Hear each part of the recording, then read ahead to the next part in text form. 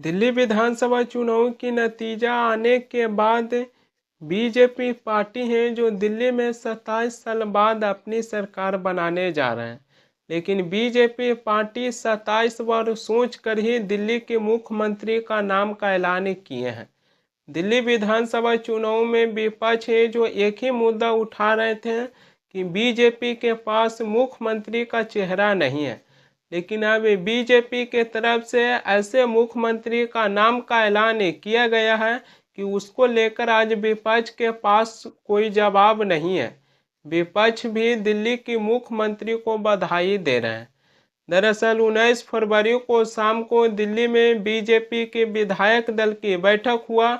उसमें रेखा गुप्ता को दिल्ली का मुख्यमंत्री चुन लिया गया है। रेखा गुप्ता है जो आज 20 फरवरी को दिल्ली के मुख्यमंत्री के रूप में शपथ लेने जा रहे हैं। बीजेपी पार्टी है जो देश के 28 राज्यों में से 21 राज्यों में बीजेपी की सरकार बन गया है। इससे पहले बीजेपी शासित राज्यों में बीजेपी की तरफ से कोई महिला मुख्यमंत्री नहीं थे।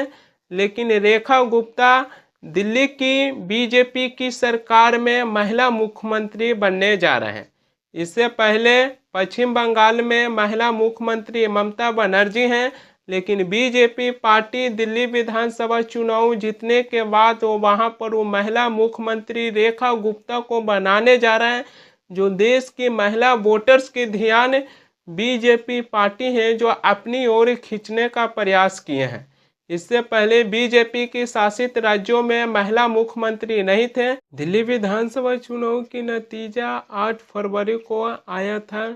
उसी समय से भाजपा में ये मंथन चला था कि दिल्ली का मुख्यमंत्री कौन होगा। प्रधानमंत्री मोदी बीच में अमेरिका चले गए थे। लोग ये सोचे कि प्रधानमंत्री मोदी वापस भारत लौटेंगे, तब जाकर दिल्ली का मुख्यमंत्री का नाम का ऐलान होगा, और ऐसा हुआ भी। जब बीजेपी के तरफ से दिल्ली का मुख्यमंत्री का नाम का ऐलान नहीं किया गया था, तब पत्रकार हैं जो रवि किशन से पूछे थे कि दिल्ली का मुख्यमंत्री कौन होगा। तब रवि किशन है जो कहें कि कोई अद्भुत होगा जी, ये भाजपा है। बीजेपी पार्टी अपने तरफ से ऐसे लोगों को मुख्यमंत्री का नाम का ऐलान करेंगे जहां लोग करेंगे। जब रवि किशन से दिल्ली के मुख्यमंत्री को लेकर सवाल पूछा गया था, तो रवि किशन है जो उन्होंने अपना ऐसा जवाब दिए थे। सुनिए, रवि किशन से दिल्ली का मुख्यमंत्री को लेकर सवाल पूछा गया था तो उन्होंने अपना क्या जवाब दिए थे। और सबकी नजर मुख्यमंत्री के ऊपर टिकी हुई है। आपको लगता है कि कौन उम्मीदवार होना चाहिए मुख्यमंत्री पद का? कोई अद्भुत होगा, ये भाजपा है, कोई अद्भुत होगा। ऐसा होगा कि भाई लोग ऐसे मुंह बांधेंगे। लिखित ले लो आप। आखिरी सवाल भाजपा के सांसद भी ये बात जानते हैं कि बीजेपी पार्टी ऐसे लोगों को मुख्यमंत्री का नाम का ऐलान करेंगे जो लोग सोच में पड़ जाएंगे। भाजपा के सांसद भी ये बात जानते हैं। बीजेपी के विधायक दल की बैठक में दिल्ली की मुख्यमंत्री रेखा गुप्ता को चुन लिया गया है। उन्होंने भी अपनी बात रखे हैं। उनसे जब सवाल पूछा गया भ्रष्टाचार को लेकर, तो दिल्ली की मुख्यमंत्री रेखा गुप्ता हैं जो कहें कि जो भ्रष्टाचार किए हैं उनको एक एक पैसा का हिसाब देना पड़ेगा।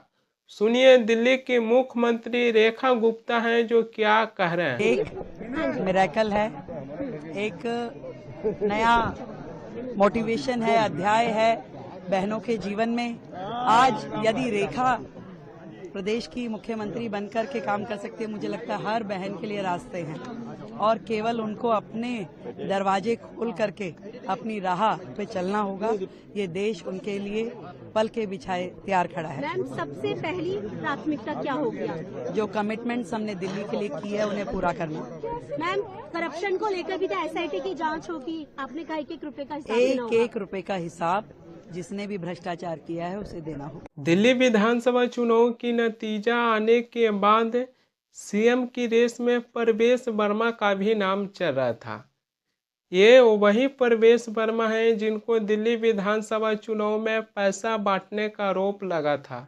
लेकिन अब खबर निकल के ये आती है कि प्रवेश वर्मा, विजेंद्र गुप्ता और सतीश उपाध्याय हैं, जो ये तीनों ही बीजेपी के विधायक दल की बैठक में रेखा गुप्ता के नाम का प्रस्ताव रखें और बीजेपी के विधायक दल की बैठक में रेखा गुप्ता को दिल्ली का मुख्यमंत्री चुना गया और दिल्ली का मुख्यमंत्री का नाम का ऐलान कर दिया गया।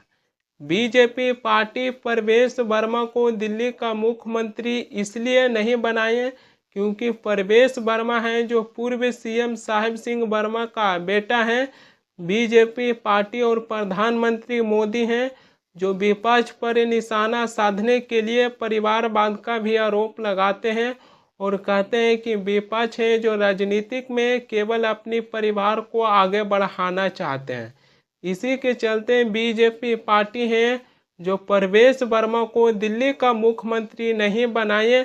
प्रवेश वर्मा है जो खुद बीजेपी के विधायक दल की बैठक में रेखा गुप्ता के नाम का प्रस्ताव रखे थे। बीजेपी की पार्टी में भी कई ऐसे लोग हैं जो राजनीतिक में केवल अपने परिवार को ही आगे बढ़ाने का काम कर रहे हैं। बृजभूषण सिंह, जिनको लोकसभा चुनाव में बीजेपी पार्टी है जो टिकट नहीं दिए, जिसके बाद बृजभूषण चरण सिंह हैं जो अपनी बेटा के लिए बीजेपी पार्टी से टिकट मांगे। आज उनका बेटा किशनगंज से सांसद है। तो बीजेपी पार्टी में भी कई ऐसे लोग हैं जो अपने परिवार को आगे बढ़ाने का काम कर रहे हैं। दिल्ली विधानसभा चुनाव की नतीजा आने के बाद ये बताती है कि कोई भी विपक्षी पार्टी है जो बीजेपी के सामने अकेले चुनाव नहीं लड़ सकते हैं। इससे पहले हरियाणा में विधानसभा चुनाव हुआ और वहां पर वो कांग्रेस पार्टी और आम आदमी पार्टी अकेले बीजेपी के खिलाफ चुनाव लड़े।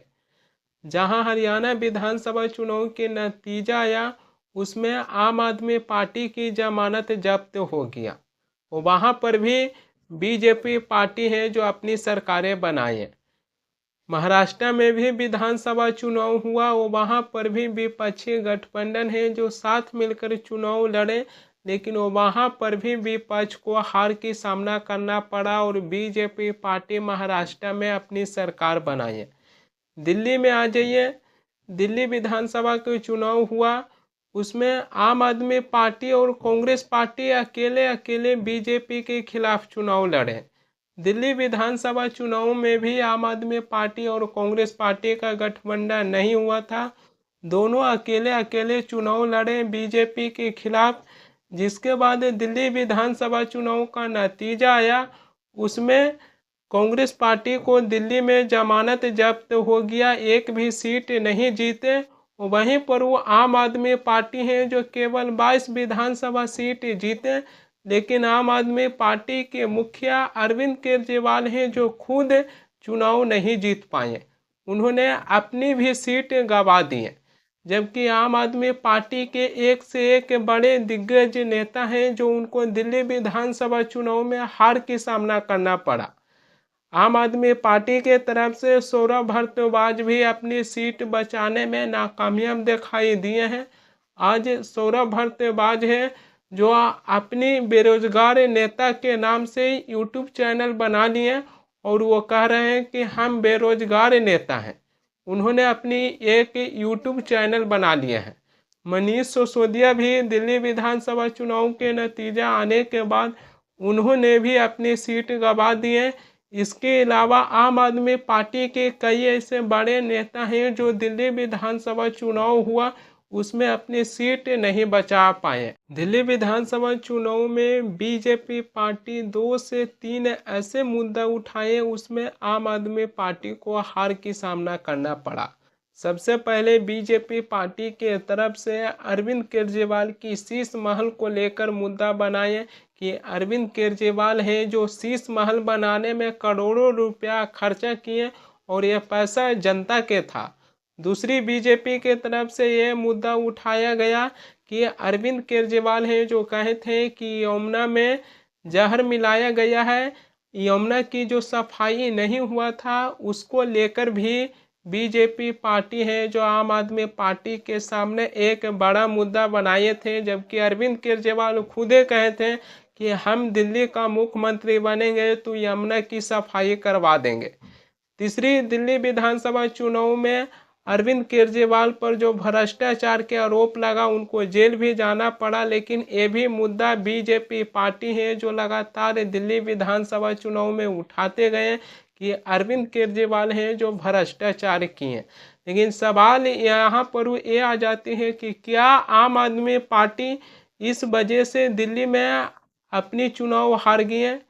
अगर ऐसे मुद्दों पर ध्यान दीजिएगा तो कुछ हद तक बीजेपी पार्टी जो मुद्दा उठाए हैं वो सही भी है, लेकिन इससे भी बड़ी सवाल ये आ जाती है कि जब गृह मंत्री अमित शाह राज्यसभा में बाबा साहेब भीमराव अंबेडकर को लेकर जो बयान दिए, वो भी विपक्ष है जो एक बहुत बड़ी मुद्दा बनाए थे।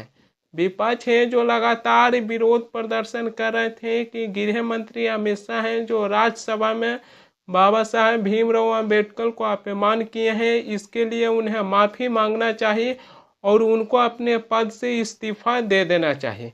जबकि दिल्ली में विधानसभा चुनाव भी होना था और उसको लेकर अरविंद केजरीवाल हैं जो खुद बिहार के मुख्यमंत्री नीतीश कुमार और आंध्र प्रदेश के मुख्यमंत्री चंद्रबाबू नायडू के पास चिट्ठी लिखकर ये कहे थे कि अगर आप बाबा साहेब भीमराव अंबेडकर को मानते हो तो गृह मंत्री अमित शाह हैं जो बाबा साहेब भीमराव अंबेडकर को अपमान किए हैं और आप अपना समर्थन बीजेपी सरकार से वापस ले लीजिए। अरविंद केजरीवाल हैं जो बाबा साहेब भीमराव अंबेडकर के मुद्दा उठाकर बिहार के मुख्यमंत्री नीतीश कुमार और आंध्र प्रदेश के मुख्यमंत्री चंद्रबाबू नायडू के पास चिट्ठी लिखे थे और अपनी समर्थन बीजेपी से वापस लेने के लिए कहे थे। जबकि जनता ये सीधे तौर पर समझ रहे थे कि विपक्ष है जो बाबा साहेब भीमराव अंबेडकर के मुद्दा उठाकर केवल उस पर राजनीति कर रहे हैं। गृह मंत्री अमित शाह हैं जो बाबा साहेब भीमराव अंबेडकर को लेकर जो अपना बयान दिए, तो विपक्ष उसको लेकर ये सवाल नहीं उठा रहे थे कि गृह मंत्री अमित शाह हैं जो बाबा साहेब भीमराव अंबेडकर को अपमान किए। इस हिसाब से विपक्ष है जो ये मुद्दा नहीं उठा रहे थे, बल्कि बाबा साहेब भीमराव अंबेडकर के मुद्दा उठाकर विपक्ष है जो कहीं ना कहीं इस पर राजनीति कर रहे थे, जो जनता सीधे तौर पर समझ रहे थे। जिसका नतीजा क्या हुआ कि दिल्ली विधानसभा चुनाव में जहां आम आदमी पार्टी के तरफ से बाबा साहेब भीमराव अंबेडकर के भी मुद्दा उठाया गया, लेकिन कोई भी फैक्टर काम नहीं किया। बीजेपी को दिल्ली में जीत हासिल हुआ और आम आदमी पार्टी को हार की सामना करना पड़ा।